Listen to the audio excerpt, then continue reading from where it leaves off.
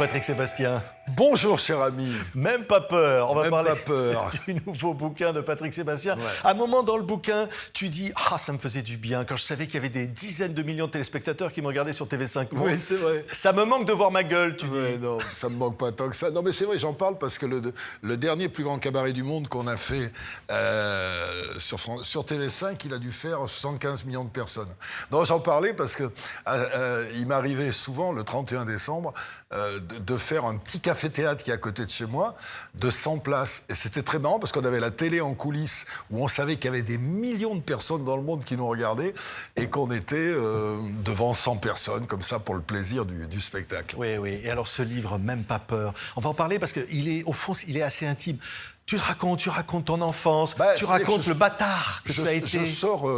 Je fais à peu près un livre tous les ans. Et puis là, j'avais vraiment envie d'écrire là-dessus parce que je me suis aperçu que la peur était, elle était partout autour de nous. On s'en servait pour nous vendre des trucs, on s'en sert pour asservir les peuples. Et puis chacun de nous a plusieurs peurs. Alors j'ai traité plein de peurs. La peur de la mort, la peur d'entreprendre, la peur du regard des autres, etc., etc. Et je donne des conseils, à partir de mon vécu à moi, pour éradiquer certaines, pour en apaiser certaines, ou pour en éradiquer d'autres. Je commence avec la peur de la mort. Il y a plein de gens, je ne sais pas si toi tu en as peur de la mort, mais il y a plein de gens qui ont peur de la mort. Et je dis tout de suite que j'ai une amie qui me dit tu commences par ça, c'est triste. Je dis mais la mort n'est triste que pour ceux qui restent.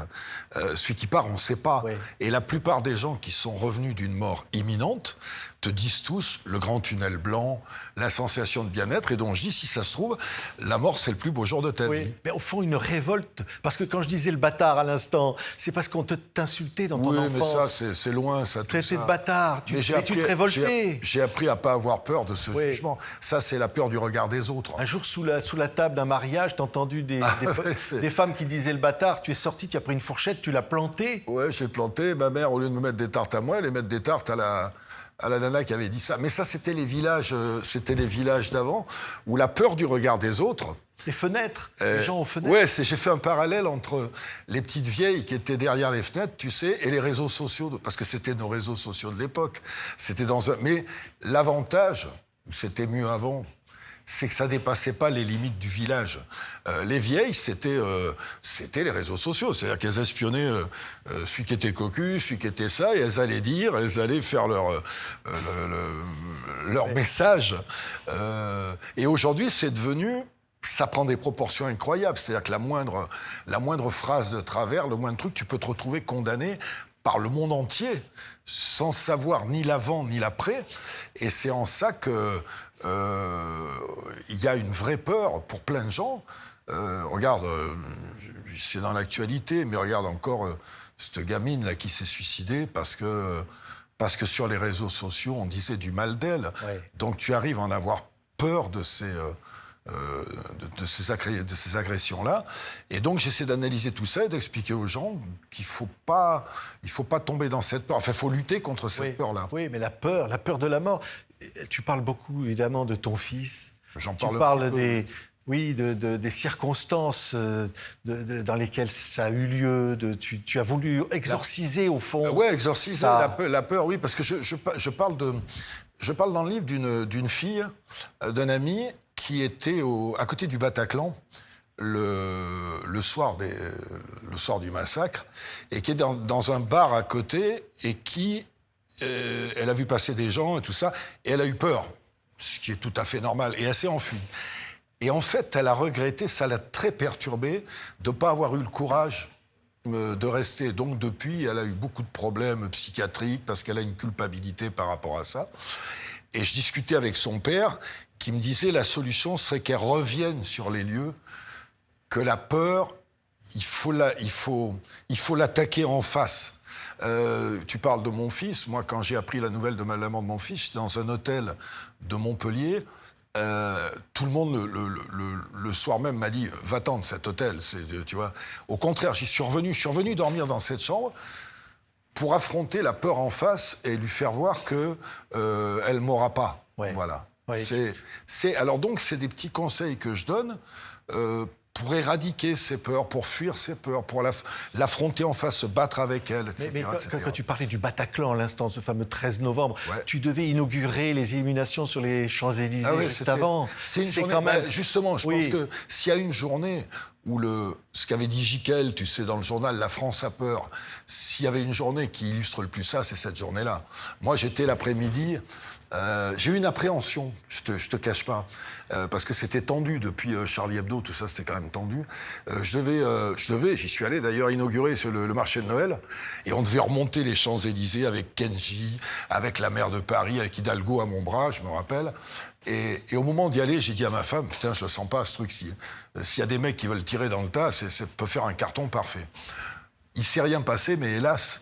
Ouais. La soirée s'est mal prolongée. Et je raconte cette soirée parce que moi, j'étais dans mon bureau, j'ai traversé Paris à 2h du matin, j'ai jamais senti une peur aussi palpable. Il n'y avait personne.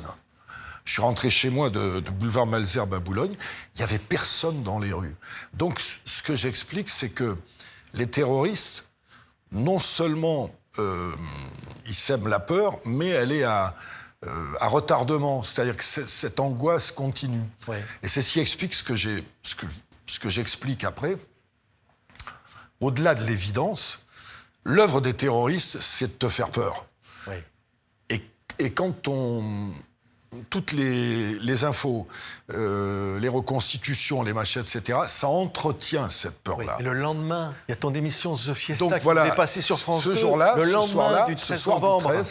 Ce soir du 13, il devait y avoir le lendemain soir une émission qui s'appelait The Fiesta, pour mon anniversaire, qui avait été enregistrée, qui était de la fête. Donc, évidemment, à minuit, le premier réflexe, c'est d'appeler France 2 en leur disant, les mecs, ils me disent, c'est ce qu'on a prévu. On va faire une émission spéciale attentat. C'était complètement inaudible, aberrant de passer cette émission. Ça, c'est l'évidence. Et puis, à un moment, je me suis dit, mais justement, si on passait, c'est pas pour moi, hein, si on passait cette émission, ça montrerait que la vie est plus forte que la terreur, etc. Ouais. Alors, c'est inaudible. Mais tu as échangé des messages avec François Hollande, avec le président de la République là-dessus. Je me suis permis... Parce il t'a dit, oui, vas-y. Non, il m'a pas dit ça. On échangeait des messages sur la compassion qu'on avait de ce qui se passait. Et je lui ai dit, pourquoi il m'a dit, oui, mais en parlant, éventuellement. Mais on l'a pas fait, donc il était d'accord pour qu'on passe l'émission, Il n'était pas d'accord. Non, c'était intéressant d'en parler. Mais ça veut dire qu'il était au-delà de l'évidence. L'évidence, c'est...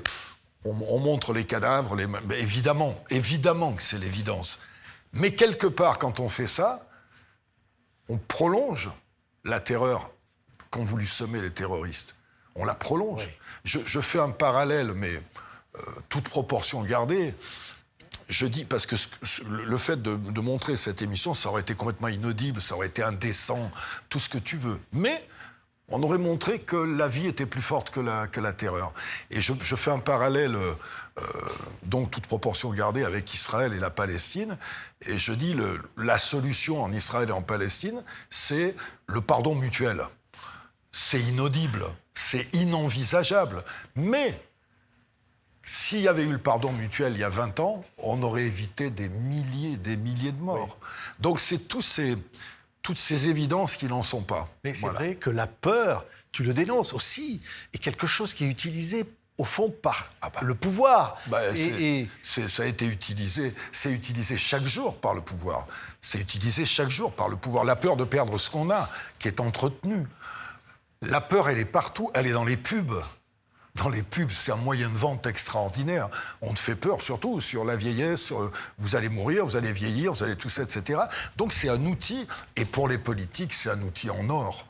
Bien sûr, pour les politiques, c'est un outil en or. Il utilise ça vraiment ? Hein ? Il utilise cet outil de la peur. Bien sûr qu'ils Pourquoi ? Pour dire aux gens, finalement, regardez comme vous êtes heureux, Regarde, il y a des choses encore pires. La politique française, elle est très simple. L'extrême gauche surfe sur la peur de l'extrême droite. L'extrême droite surfe sur la peur de l'extrême gauche. Et au milieu, il surfe sur les deux autres peurs, sur la peur de l'extrême gauche et de l'extrême droite. Tout est tenu par ça. Tout est tenu par ça. Et on pousse les gens à voter. C'est très étrange, d'ailleurs. Il y a beaucoup plus de gens qui votent contre le parti qu'ils exècrent que pour leurs propres convictions. Ils votent en disant « Non, je ne veux pas voter pour celui-là ». J'ai peur de voter pour ça. Il y en a qui ont peur de Mélenchon, il y en a qui ont peur de Bardella, il y a au milieu, ils ont peur des deux. Et on se sert de ça. Si les politiques qui sont totalement pitoyables en ce moment manipulent bien ça, ils arrivent à orienter les votes. Oui. Pourquoi tu dis qu'ils sont Parce que pitoyables en ce moment? Je suis désolé, mais le spectacle qu'ils donnent... Tu sais, je regardais ce qui se passait en ce moment, ça me donne... j'ai l'impression de voir des parents qui se mettent sur la gueule devant les enfants. Tu sais, les parents qui s'entendent plus. Moi, quand je me suis séparé avec ma femme, là, puis même celle d'avant, on est passé sur notre orgueil, on est passé sur notre fierté, sur notre ego, pour protéger nos enfants. C'est-à-dire qu'à un moment, tu te dis, on va pas se mettre sur la gueule, on va protéger nos enfants. Ces politiques-là, normalement, tu es élu par le peuple et pour le peuple. Je suis désolé, ce qu'ils donnent comme spectacle, c'est je suis élu par le peuple et pour ma gueule. Et donc, ils se mettent sur la gueule entre eux. Tous les politiques ou il y a des exceptions? Mais bien sûr que ce n'est pas une généralité. Il doit y avoir des mecs de conviction, mais le spectacle pitoyable qu'ils donnent là, c'est-à-dire de faire passer l'intérêt particulier avant l'intérêt général, c'est pas possible. Ça suffit, ce genre de choses. Il y en a qui demandent la démission d'Emmanuel Macron. La démission, l'impopularité de Macron, elle est totalement justifiée. Il y a plein de conneries, il y a plein de démissions. Maintenant, c'est le bouc émissaire parfait. C'est-à-dire que, oui, effectivement, ça serait bien qu'ils se barrent, mais il faut qu'il y en ait d'autres qui se barrent aussi, parce qu'ils sont aussi responsables. Il y a toute cette faune-là qui est là pour passer à la télé, pour dire « moi je sais, moi je pense, moi... » Et pendant ce temps-là, parce que depuis toute cette crise politique, dans le quotidien des Français, qu'est-ce qui se passe? Il n'y a rien qui change. Il n'y a rien. Donc, moi j'ai l'intention de m'engager un petit peu. C'est-à-dire? C'est-à-dire qu'il y a plein de gens... à l'élection présidentielle. Quand je fais les galas, les gens ils me font « Patrick, président ». Je veux pas être... J'ai pas les compétences et puis j'ai pas du tout l'envie d'être président de la République, je m'en fous. Je veux pas me présenter, mais je veux bien représenter une certaine France qui est caricaturée comme moi je suis caricaturé. Tu connais ma caricature. Oui. Par contre, j'ai une légitimité. Des patoches qui... Voilà. Moi, je suis pas compétent en économie, je suis pas compétent, je suis pas un gestionnaire. Par contre, par mon chemin de vie et par les gens que je croise tous les jours et par tout ce que j'ai fait au contact des gens, là, je suis compétent humainement. Donc, je la connais, cette France qui en a plein le cul, on va appeler les choses par leur nom, et qui te dit tous les jours, ça suffit. Il y a des choses qu'on n'accepte plus et il faut que ces choses-là s'arrêtent et il faut remettre le bon sens au pouvoir. Voilà. Oui, donc mon idée... Qu'est-ce que tu peux faire? Donc mon idée, c'est de représenter ces gens-là. Si pour ça, il faut se présenter, on va y aller. Enfin, je ne vais pas faire une campagne électorale, mais ça permettra d'accumuler les forces derrière moi. Ce que je veux, c'est créer un élan populaire qui s'appellerait Ça suffit, dans lequel on regrouperait tout un tas de gens qui en ont marre, tout ça, qui ont envie... Un parti qui va s'appeler Ça suffit. C'est pas un parti, parti, un élan populaire. Je suis pas patron de parti, etc. Un élan.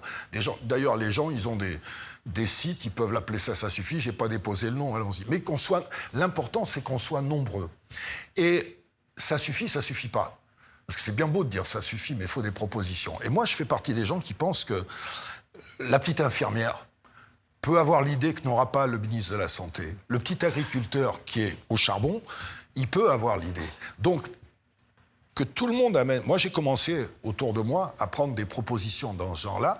Alors, évidemment, il faut faire un énorme tri, parce qu'il va y avoir n'importe quoi. Mais je suis persuadé qu'à la sortie, tu peux avoir 20 ou 30 idées de bon sens qui sont à la fois réalistes et réalisables. Oui. Et là, à ce compte-là, il s'agit d'aller voir les deux derniers candidats qui vont rester entre les deux tours de l'élection présidentielle et de dire voilà notre... Vous cochez lesquels?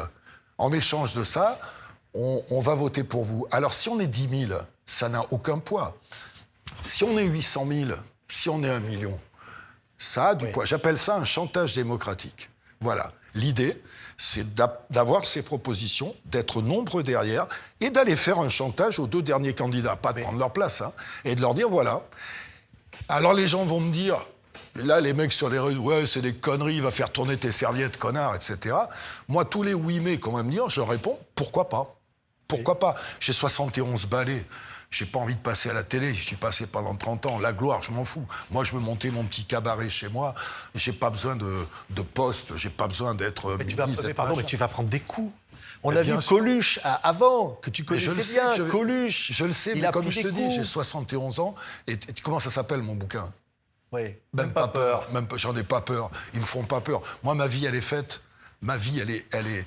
Ça va, j'ai donné... Si, sur la fin, je peux me faire plaisir en faisant, je te dis, mon petit cabaret, c'est pas un truc énorme que je vais faire, mais on va faire plaisir aux gens. Et si je peux... Parce que je représente le blaireau, tu sais, le beauf, qui correspond à tellement de gens. Si je peux apporter du bien à certaines personnes, je ne vais pas me priver. Et les coups que je peux prendre, j'en ai tellement pris. Oui. Ils m'en ont tellement... Ça fait 50 ans qu'ils me crachent sur la gueule, qu'ils me crachent un peu plus dessus, ça va me changer, quoi. Mais cette image. Et s'il m'arrive quelque chose, ça prouvera que j'avais raison. Tu n'exclus pas qu'il puisse t'arriver quelque chose. Tu as toujours dit que ce qui est arrivé à Coluche, c'était bien un accident. Oui, il n'a jamais fait autre chose. Non, mais ils ne vont pas me faire ça. Mais ils vont trouver des trucs, ils vont m'emmerder, ils vont trouver... Mais c'est pas grave, je m'en fous. J'aurai 50 ans. D'ailleurs, c'est marrant parce que dans ce livre, si tu as bien lu, je déconseille à Hanouna de faire de la politique. Tu dis mais même, attention, fais attention à toi. Voilà. Tu dis à Hanouna, oui, mais lui, attention. Pourquoi je fais ça et je ne l'applique pas à moi? Il a 50 piges, il a encore des très belles années à vivre et tout. Moi, je fume 2 paquets par jour, je ne vais pas en avoir pour trop longtemps. Donc, et puis, j'ai pas peur. Ces trucs-là ne me font pas peur. Si je peux apporter... Ça me fait chier de laisser cette France-là à mes enfants. Alors, je peux pas y faire grand-chose, mais si je peux y faire un tout petit peu, essayer en tout cas, ça marchera peut-être pas ce que je vais faire. Mais je le fais pas pour mon orgueil, je fais pas pour mon ego. Mais par contre, ce qu'il faut savoir, c'est que je suis pas compétent, mais autour de moi, j'ai des gens qui le sont. Et j'ai même des maires, des députés, qui en ont marre de cette mascarade, qui sont prêts à sortir de leur parti pour suivre un truc comme ça, parce qu'ils ont compris que ce qui se passe, c'était pas bon pour le pays et c'était pas bon pour leurs propres enfants. Oui. Alors moi, j'ai envie de dire, ceux qui nous regardent, pourquoi pas? Faites un truc, ça s'appelle... Vous vous réunissez derrière. Moi, je suis pas propriétaire de ce mouvement. Il appartient aux gens, c'est à eux, à un moment. Et contrairement à ce qu'on croit, c'est pas un truc de vieux cons et de boomers. Il y a plein de jeunes, tu sais, dans mon public d'été, il y a plein de jeunes qui ont 19, 20 ans. C'est eux qui me chantent Patrick Président. Oui. Parce qu'eux, ils ont compris que leur avenir, ça peut pas être ça. Quand ils regardent le truc minable de politique qu'on a en ce moment, ils disent non, on s'en sortira jamais avec ça. Oui. Donc ils veulent autre chose. Alors si je peux être le porte-voix de ça, moi je me retire après, je m'en fous. Moi je reviens dans mon cabaret. Mais si je peux être le porte-voix de ça jusqu'en 2027, ça on va pas en parler, Patrick, mais cet été, tu as pris des coups sur un fameux concert au Cap d'Agde. C'est une connerie, oui. Je ne veux pas en parler parce que j'en ai déjà parlé, c'est une escroquerie. Ça c'est pareil, ça fait partie des... Je t'ai fait voir une vidéo avant de rentrer qui est un truc immonde, monstrueux. La seule chose que je peux dire, c'est que cet été, il y a eu des dizaines d'agressions au couteau, de bagarres, d'actes de haine et de violence, et qu'ils ont fait tout un plat pour un prétendu acte de plaisir, soi-disant. Enfin, c'est même pas la peine de s'y arrêter. Si ça les abuse, si ça les balade... Ouais. Mais derrière ça, il y a des témoignages dans ce bouquin de jeunes filles qui ont subi des violences sexuelles, qui viennent te voir, qui te racontent. Ouais, je défends, je raconte. Je veux pas donner le nom de l'agresseur. Et tu dis, je ne le donnerai pas, mais je voudrais l'écrire. Non, parce que c'est une jeune fille que j'aime bien, qui est une infirmière qui a dû subir pendant des années le harcèlement sexuel d'un toubib, d'un ponte.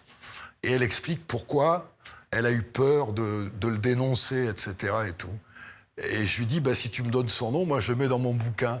Et elle me dit, non, je suis pas prête encore. Là, tu étais prêt à balancer le nom, là? Ah oui, parce que le mec, il s'est conduit de manière ignoble, et puis ça a fait souffrir énormément de filles. Et puis c'est au nom de toutes ces nanas qui se font agresser, soumettre par des mecs qui sont surpuissants et qui se cachent derrière leur toute-puissance pour les harceler. Et donc j'ai trouvé une autre méthode. J'ai dit, tu vas aller offrir. D'ailleurs, je suis content parce que le livre vient de sortir et que la fille a dû déjà aller le lui offrir, où je fais tout un passage en disant à ce gars, à ce monsieur, voilà, je connais ton nom. Je ne connais pas ton nom, pardon, mais je vais le connaître bientôt parce qu'elle n'a pas voulu me le dire pour l'instant. Et le jour où je le connaîtrai, je vais le balancer. Donc, cette personne, il sait qu'il a une épée de Damoclès au-dessus de la tête et que le premier jour où je vais voir son nom, je vais le balancer, ce nom. Ouais. C'est pour lui rendre la monnaie de sa pièce parce que pendant des années, ma copine, l'infirmière, elle ne savait pas à quel moment ça allait lui tomber dessus. Elle ne savait pas si c'était quand elle sortirait du vestiaire, etc., etc. Donc je dénonce effectivement ces harceleurs. Je parle aussi de mon copain qui s'est fait violer par son père pendant des années. Et j'analyse la peur qui est très étrange, qui me raconte que c'est abominable ce que ce père a fait. Et il me dit, quand ça arrivait, c'était pas vraiment de la peur, c'est plutôt de la honte. La peur, c'était de parler, parce que ça va vous paraître incompréhensible, mais j'avais peur d'envoyer mon père en prison. Parce que ça restait quand même mon père. Donc j'analyse tout ça, et le conseil, c'est justement que m'a donné cet ami, c'est dit, il faut parler. Il faut parler. Il ne faut pas avoir peur de parler. Oui, comme j'analyse aussi les couples, il y a des femmes qui sont battues, qui ont peur de partir. Il faut partir. Il faut partir. La peur du dehors, elle est moins dangereuse que la peur du dedans. Donc je donne effectivement des conseils contre toutes ces peurs dans le couple, justement, en amour. Parce qu'en amour aussi, il y a des dizaines de peurs. Oui. Je dis Cupidon, les hommes parfois ont peur maintenant des femmes. Alors ça, c'est un phénomène nouveau que je vois chez des jeunes avec qui j'ai parlé. Avec les intégristes du phénomène MeToo, les intégristes, je parle, parce que le phénomène, je l'adouble complètement, moi, ce phénomène. Je trouve que c'est très, très bien. Mais les intégristes ont fait que les garçons, ceux que je croise, ils ont peur de draguer, parce qu'ils ont peur que leur avance soit prise pour du harcèlement. Et les filles se plaignent. Moi, j'ai plein de copines qui me disent « on ne se fait plus draguer », parce que les garçons ont peur. Donc ça renvoie dos à dos des mômes qui préféreraient être face à face. Il y a une peur aujourd'hui. Il y a une peur pour les garçons de se voir accusés de choses qu'ils n'ont pas faites, même si c'est pas de la trivialité, si c'est simplement des avances. Et chez les filles, elles me disent, mais ils osent plus, quoi. Ouais. Donc ça fait une incompréhension mutuelle. C'est dommage. C'est dommage. C'est quelques mots dans ce bouquin, Patrick. Tu dis « La lucidité de voir le monde s'effriter autour de moi, courir à la destruction à cause de l'avidité de quelques ogres, l'argent roi, le pouvoir assassin, l'extinction à petit feu des valeurs humanistes, la violence ordinaire, la guerre des religions, la peur omniprésente en gorgone, l'ultra-communication qui fait de nous des images, des pantins, des étrons même, déféqués après avoir été avalés et digérés par les gargantuas du numérique, intelligence artificielle, mon cul ». Ça, c'est les mots. On ferait mieux de s'occuper de la connerie naturelle. Non, c'est la façon de raconter, de dire. C'est ma façon de dire, parce que là, c'est quand j'ai une conversation avec ma propre mort, avec ma camarde, comme je l'appelle. Et elle me dit, tu as pas peur de moi? Et je lui dis, non. Elle me dit, pourtant, à ton âge, avec ce que tu fumes, je dis, tiens, je vais m'en allumer une autre. Elle me dit, mais on dirait que tu me nargues. Je dis, oui, parce que ça ne me gênerait pas de mourir aujourd'hui, vu ce monde-là, aujourd'hui. D'ailleurs, ça ne me gêne pas de quitter ce monde, comme je dis, cette boule puante qui est en train de devenir la Terre. Oui, avec la violence aussi, les cités, mais on peut pas seulement les cités, oui. le manque de repères, et puis... mais c'est la marche du temps. Alors, il y a une chose très, très importante dans ce livre, c'est le déterminisme. C'est ce que je te disais tout à l'heure, pour moi, les choses arrivent parce qu'elles doivent arriver. On n'a pas de libre arbitre. Alors, ça va faire bondir certains. Ça fait au moins, on est tranquille. Alors, non, mais je fais partie des gens. Mais qu'est-ce que c'est utile de raisonner comme ça?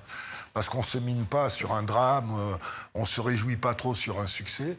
Pour moi, on n'a pas de libre arbitre. C'est-à-dire que quand on choisit un chemin, on a l'impression que c'est nous qui décidons, mais il y a quelque chose en nous qui nous envoie vers ce chemin. Alors, je ne suis pas le premier à étaler cette théorie, mais en tout cas, cette théorie-là, qui est tout le long de mon livre, m'aide à éradiquer plein de peurs.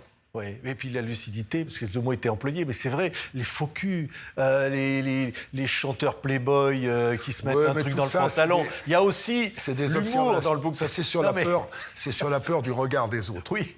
Tout ce qu'on est prêt à faire. Je raconte chez Guy Lux, un chanteur très connu qui au fur et à mesure qu'il danse... La peur de ne pas être assez viril. Ouais, peur, je ne peux pas dire qui c'est, mais la peur de ne pas être assez viril, il avait mis du coton dans le pantalon, oui. Et plus il dansait, plus le coton glissait. Ah oui. Et mon copain qui était à côté, il a dit, ça continue, c'est plus une paire de couilles qui va avoir, c'est un épanchement de synovie.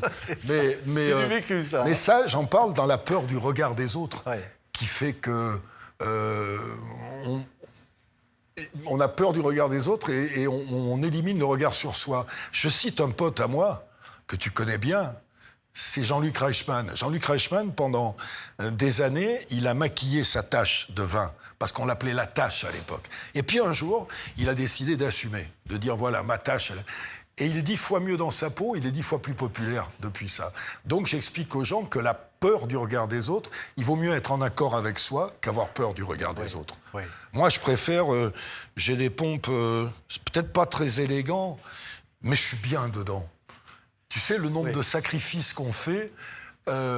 pour le regard des autres. On va mettre des pompes qui nous serrent, des habits qui nous serrent, juste pour le regard des autres. Se regarder dans une glace. Il y a quand même des types, tu cites pas les noms, de chanteurs connus, dont tu dis qu'en fait le discours officiel est complètement à l'opposé de leur comportement dans la vie. Ouais, ben c'est la peur. Des cas comme ça. C'est la peur du regard des autres. Qui sont généreux, qui veulent, etc., qui font le téléthon, et puis la qui peur derrière. D'être jugé, que moi, je suis transparent quand je parle. C'est pour ça qu'on me tape autant dessus et que je dis autant de conneries aussi, parce que je calcule pas. Mais il y a des gens qui calculent tout ce qu'ils disent. Il faut aimer les chiens, il faut aimer les animaux. Alors j'ai rigolé, j'ai dit il faut aimer les personnages pour les étrangers, il faut aimer Gandhi, voilà, Martin Luther King, et en France, l'abbé Pierre. Et je fais oh pardon, excusez-moi, l'abbé Pierre, pendant des années, ça a été le personnage préféré des Français. Aujourd'hui, ça serait peut-être le personnage le plus détesté, avec raison. Donc, ça prouve la volatilité de nos jugements. Ça. Oui, mais alors les faux culs, j'en parle encore une fois. C'est des chanteurs, des gens qu'on connaît, que tu connais, qui sont le contraire, qui sont le contraire dans la vie de ce qu'ils affichent, de l'image qu'ils affichent. Pour gagner le regard des autres, ils vont être au contraire de ce qu'ils sont eux. Ils sont, j'en connais, qui n'aiment pas les animaux, mais qui vont dire qu'ils les aiment parce qu'il faut le dire. Qui n'aiment pas les enfants, mais qui vont le dire qu'ils les aiment parce qu'il faut le dire. Ils fabriquent une carrière, on dit, tu imagines un dialogue avec l'impresseur, il dit, qu'est-ce qu'il faut que je fasse ? Ben, toi, tu vas faire ça, tu vas aller donner de l'argent pour ça, et comme ça, tu vas... J'ai connu ça. J'ai connu ça, le mec à qui tu dis, bon, pour ton image, voilà. Ouais. C'est-à-dire que moi, je fais passer ce que je suis avant l'image. Pour ton image, il faut dire que tu as beaucoup de filles qui achètent tes disques, donc on va faire les femmes battues, les machins, etc. Alors que le mec, il s'en fout complètement, quoi. Mais c'est arrivé souvent, ça. Ça arrive très souvent. Mais il y a le pognon, tu dis les pépettes, le fric. Tu dis la guerre, c'est pour les marchands de canons, les maladies, les virus, c'est pour les marchands de vaccins. Tu parles de beaucoup de choses, parce qu'il y a beaucoup de choses dans le livre. Ouais. Je parle de l'argent beaucoup dans... je fais un peu un parallèle entre le Covid et l'effort de guerre qu'on nous demande aujourd'hui. C'est totalement complotiste, ce que je dis. Hein. Mais à savoir que l'effort de guerre qu'on nous demande en nous foutant la trouille des Russes, les Russes vont nous attaquer, c'est une manière comme une autre de dire on va vous foutre des impôts encore plein la gueule et puis on va justifier ça avec la défense nationale. Là, on est en train de faire peur aux gens. En disant, vous vous rendez compte, Poutine, il va nous attaquer, hein, c'est possible. Hein. Ça, on va dire c'est populiste. Donc, on va dire ça. Bien sûr. Ça, j'assume. Il n'y a pas de problème. Poutine va nous attaquer. Ou même complotiste. Donc il faut qu'on s'arme, vous comprenez. Donc il faut que vous donniez de l'argent pour qu'on s'arme. Ça va rapporter beaucoup d'argent à l'État et surtout beaucoup d'argent aux marchands d'armes. Les marchands d'armes, un cessez-le-feu, c'est une catastrophe pour eux. C'est terrible pour eux. C'est vrai que terrible pour eux. Et on en revient au Covid, c'est pareil avec les vaccins. Et on va foutre la trouille à tout le monde, c'est ce qui s'est passé. On va charger la peur pour faire vendre des masques, des vaccins, etc., etc. La proportion entre l'efficacité de la thérapie et la commercialisation, elle est encore à déterminer. Oui, là, mais s'il y a un endroit où on a surfé sur la peur, c'est bien celui-là. On a poussé les gens à s'enfermer chez eux. On a filé la peur à tout le monde. On a inoculé la peur à tout le monde. Est-ce que c'était avec raison ou pas ? Oui. Mais toi, la peur, non. La peur, non, quand tu es parti, que tu as pris le train avec ta maman, qui dit tu vas partir à Paris, tu vas aller dans les cabarets. Il n'y avait rien. J'explique la peur. Il y a la peur bleue, tu sais. Et moi, j'ai toujours entretenu la peur rose. C'est-à-dire une peur presque érogène, excitante. C'est-à-dire cette peur qui fait plaisir. Je cite dans le bouquin une reporter de guerre amie qui m'a dit « J'ai jamais pris autant de plaisir sexuel que sous les bombes ». Parce que ce mélange de peur et de plaisir est jouissif. c'est plus jouissif d'avoir des relations dans des lieux compliqués que dans des draps de soie. Enfin, pour moi, il y a quelque chose qui s'ajoute. Et je te disais, le comble de ça, c'est l'hybrisophilie, c'est-à-dire les nanas qui tombent amoureuses du serial killer, quoi. Il y a ce mélange de peur et de plaisir. Ouais, donc la peur peut être, la peur rose, comme on l'appelle, comme moi je l'appelle, elle peut être positive. Quand je suis monté à Paris, j'avais peur, mais il y avait une jouissance en même temps dedans. Mais c'est vrai que la peur, on la voit aussi sur les écrans de télé. Tu parles même de TPMP, l'émission de Cyril Hanouna, où tu dis là-dessus, je suis pas d'accord, il y a trop de faits divers, il y a trop... Il y a une violence. Il y a une phrase que je dis dans le bouquin, la télécommande, c'est peut-être l'arme la plus répandue au monde. Il y a 1000 meurtres par semaine à la télé. Il y a 1000 meurtres par semaine. Il y avait eu un philosophe, je crois que c'est Serre, qui avait fait un comparatif entre les actes d'amour qui étaient très censurés et les actes de violence. Et qui disait, on inocule la violence aux gens. Ouais, je crois qu'il y a à peu près, oui, il doit y avoir à peu près ça, 1000 meurtres par semaine à l'image. On a banalisé cette violence. Et après, on va pleurer parce que dans les rues, nos gamins sont comme ça. Faut peut-être faire attention. Mais c'est toujours pareil, ça s'inscrit... c'est complotiste aussi. Ça s'inscrit dans une volonté de foutre la trouille à tout le monde pour les laisser dans leur canapé. C'est-à-dire que quand tu regardes un téléfilm où il y a la petite fille qui se fait violer, où il y a tout ça, tu te dis, c'est pas à moi que ça arrive. C'est pas la peine que je descende dans la rue demander ce qu'on me doit. Et ça, alors qu'on devrait descendre. C'est pas parce qu'on le demande ou parce qu'on aime ça, on aime se faire peur aussi. Ouais, c'est très étrange d'ailleurs. C'est pas forcément voulu. C'est très étrange d'ailleurs parce que dans cette période qui est plutôt anxiogène, moi, je m'imaginais, par exemple pour la télé, tout ça, ou même les Netflix et tout ça, que c'est les trucs divertissants qui prendraient le pas. Mais pas du tout. Plus les choses sont... Regarde les séries qui passent sur Netflix, sur Prime Video, tout ça, c'est que de la violence. Et on est addict à ça. C'est ça qui est terrible. Oui. On est devenu... Ils nous ont rendus addicts à la violence. Alors que ce monde irait tellement mieux. Parce que la violence, elle est bien en spectacle, mais quand ça te touche, toi, quand c'est ton fils, quand c'est ta sœur, quand c'est tout ça qui se fait agresser, c'est pas pareil. Mais c'est vrai qu'on est addict. Alors est-ce qu'on va te répondre que c'est la nature humaine qui a besoin de ça? Je crois que... parce que des horreurs, il y en a eu de tout temps, hein. Des guerres, des atrocités. Le 21e siècle ne l'a pas inventé. Mais par exemple, le fait que... On t'a traité de français moyen, de bof, de français de souche. Et tout ça, tu dis, au fond, il y a aussi une forme de violence, et peut-être que d'autres ressentent... Non, on peut appeler ça de la violence. De se sentir comme ça rejeté. Non, c'est pas de la violence. Le mépris de caste, ce mépris-là de caste français moyen, c'est pas qu'à moi qu'ils le disent, c'est à plein d'autres personnes. Et moi, j'ai une phrase de chevet qui est intéressante, c'est que le premier pilier de la bêtise... c'est de traiter avec dédain l'intelligence des autres. Donc tous ces gens qui te considèrent comme ça. Moi, je suis pas exemplaire, toi non plus. La personne qui se croit exemplaire, elle a déjà un défaut, c'est l'orgueil, c'est la vanité. Oui. J'en connais plein qui donnent des leçons comme ça, de français moyen. Ça veut dire quoi, le français moyen? Mais peut-être on peut être fier aussi d'être français moyen. Fier d'être... Je suis fier de rien du tout. J'ai fait un parcours. J'ai 71 balais, j'ai traversé plein de choses, j'ai eu de la chance. Je peux parler à un pochetron, une copine pute à 6h du matin et aller faire la bise au prince Albert. Et être de la même manière avec une grande fortune et un ouvrier, et je leur parle de la même manière. Mais ça m'enrichit parce que finalement, c'est les mêmes. Quand ils ont un chagrin d'amour, c'est le même, il fait mal pareil. Et c'est en ça que je suis un vrai humaniste. Quand je rentre dans une pièce ou dans une salle, pas une seconde, je considère que quelqu'un m'est inférieur ou supérieur. Alors peut-être que notre humanité a besoin de ça aujourd'hui. C'est peut-être ça qui manque, qui fait que ce pays est le plus grand consommateur d'anxiolytiques. Il y a une raison. C'est pour ça que j'ai appelé le livre même pas peur, parce que cette peur, c'est ça qui pousse. Oui. Toi, tu as bu deux bouteilles de whisky par jour à un moment. Non, c'était aussi le crack, c'était l'angoisse. J'ai arrêté parce que je me suis aperçu que c'était une connerie. Et d'ailleurs, je fête dans un mois mes 40 ans. J'ai arrêté le jour de mes 32 ans. Mes 40 ans sans cuite. Je bois pas, je me drogue pas parce que ça me fait chier. J'ai jamais essayé. Tout ce que je vois autour de moi me plaît pas. Je prends pas de tranquillisant. J'ai pas de psy. C'est 2 tentatives de suicide quand même. Oh, mais c'est des histoires d'amour à la con. Oui. C'est pour ça que j'ai renoncé aussi à ce genre d'amour. Mais c'est tous ces excès. C'est pour ça que je dis, je suis pas parfait, je suis pas exemplaire, loin de là. Tu dis la solitude, c'est formidable aujourd'hui. Tu dis Ouais. ça. Oui, j'en parle parce que dans les peurs, il y a plein de gens qui restent en couple par peur de la solitude.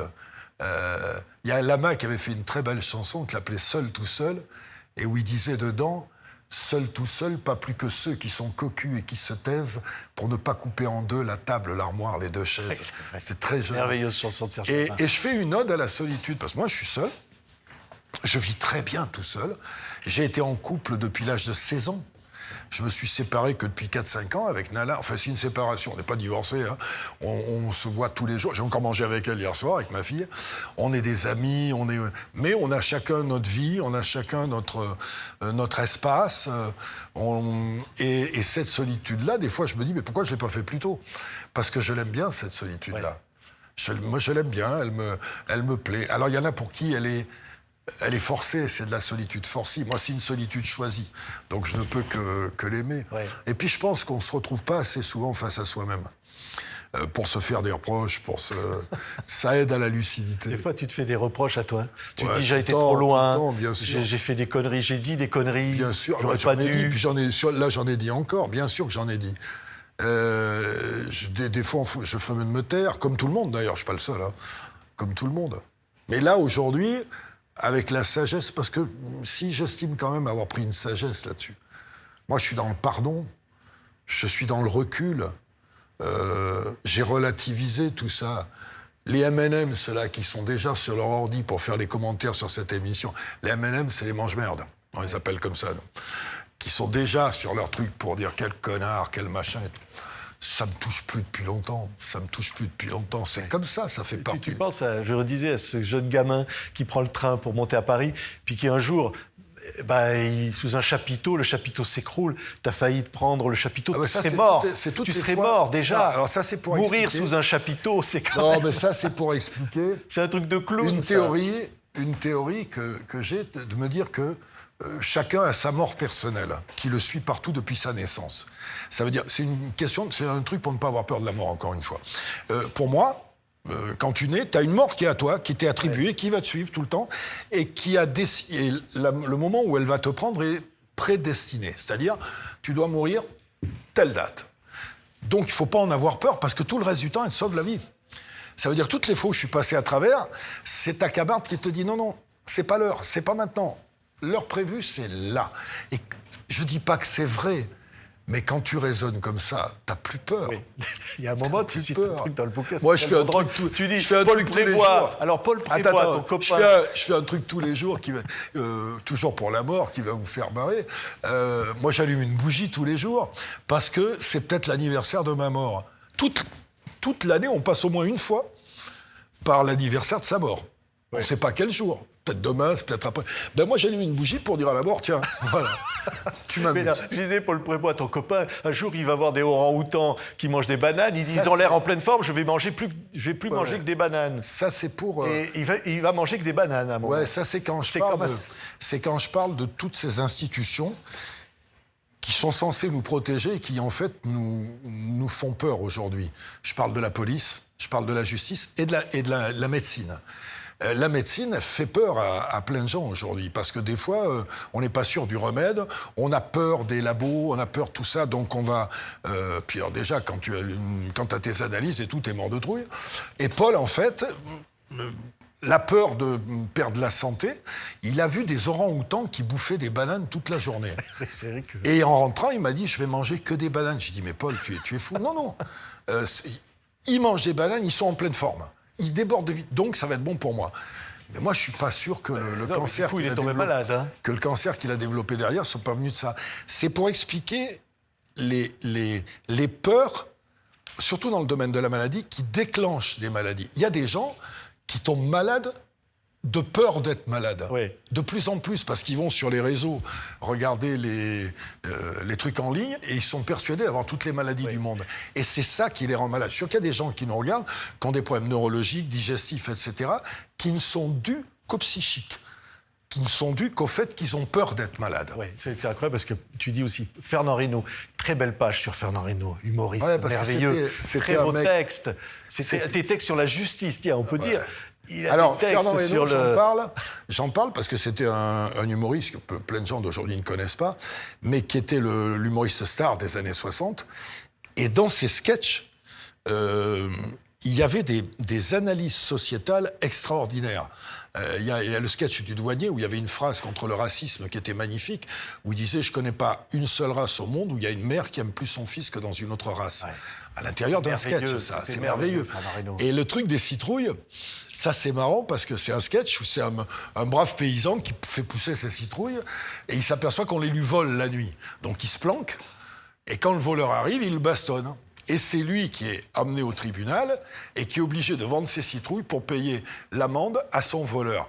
Mais c'est terriblement d'actualité aujourd'hui, ça. Oui, mais Fernand Reynaud, il va être complexé parce qu'on dit Monsieur De Vos. Lui, c'est le rigolo. Il va finir à picoler, il va se tuer contre un mur de cimetière. C'est horrible. Il n'acceptait pas trop la convivialité et la popularité. De Vos, c'était Monsieur De Vos. Et Fernand, c'était « Ouais, Fernand, moi, ce qu'on me fait à moi. Oui. On me tape sur le dos. » À part que moi, j'aime bien. Moi, j'aime bien. Moi, j'ai choisi entre la popularité et la respectabilité. Je préfère la popularité que la respectabilité. Mais c'est vrai que De Vos était respectable. Formidable, De Vos. Hein. Et Fernand était populaire. Et il acceptait très mal ça. Il a picolé. Il s'est tué contre un mur de cimetière. Il s'est tué en rentrant chez lui. Je crois qu'il était monté en vélo de Clermont-Ferrand. Je ne suis pas sûr, mais il me semble. Et il est redescendu en Rolls. Ouais. Et il s'est tué contre un mur de cimetière. C'est dur d'être humoriste. C'est dur d'être gay. C'est dur de... Tu sais, c'est ce qu'avait écrit un des plus grands. Moi, j'étais un fan de Bedos. Le titre de son livre, c'était « Inconsolable et gai ». On a un regard tellement lucide sur le monde qu'on ne peut pas être optimiste, c'est pas possible. Oui. Mais l'humour, c'est une bonne thérapie. Ça, c'est sûr. Alors, tu dis Coluche, le poids lourd, est mort, atomisé par un camion.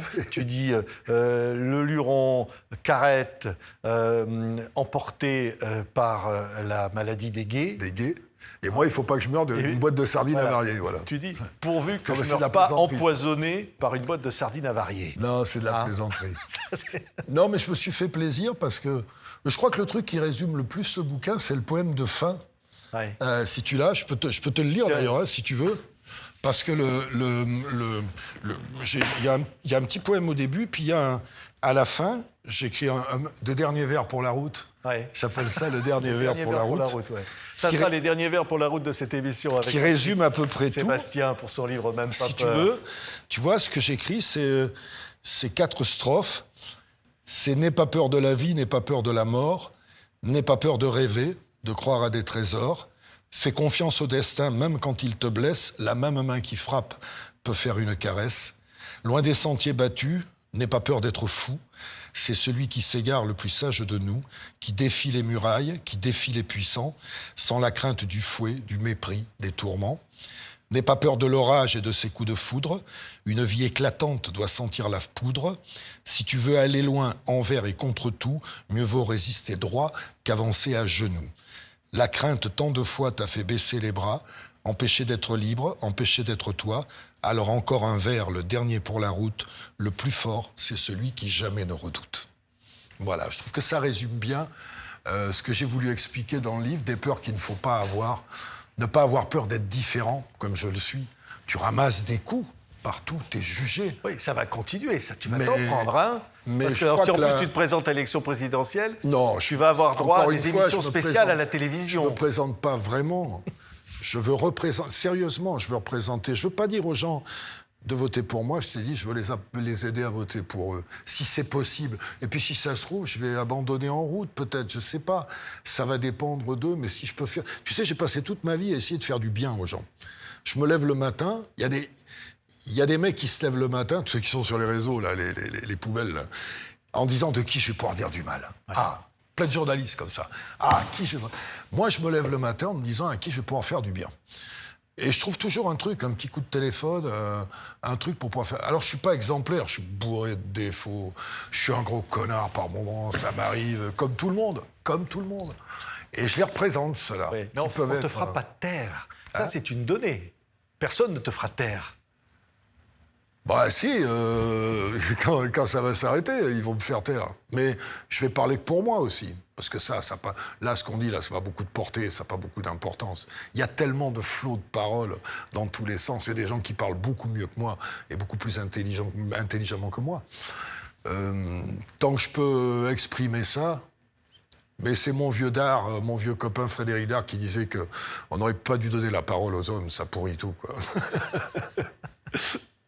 Merci, Patrick. En tout cas, merci de m'avoir reçu.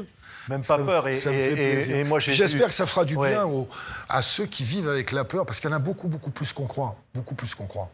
Et je l'ai fait aussi pour ça. Et puis, quel que soit l'avenir, que ce soit mon petit cabaret que je vais monter, que ce soit le ça suffit, que je vais essayer de programmer, j'ai pas peur. J'ai peur de rien. Merci. Patrick Sébastien, fidèle, même pas peur, chez XO Éditions. Merci beaucoup, Patrick. Merci à toi, mon grand.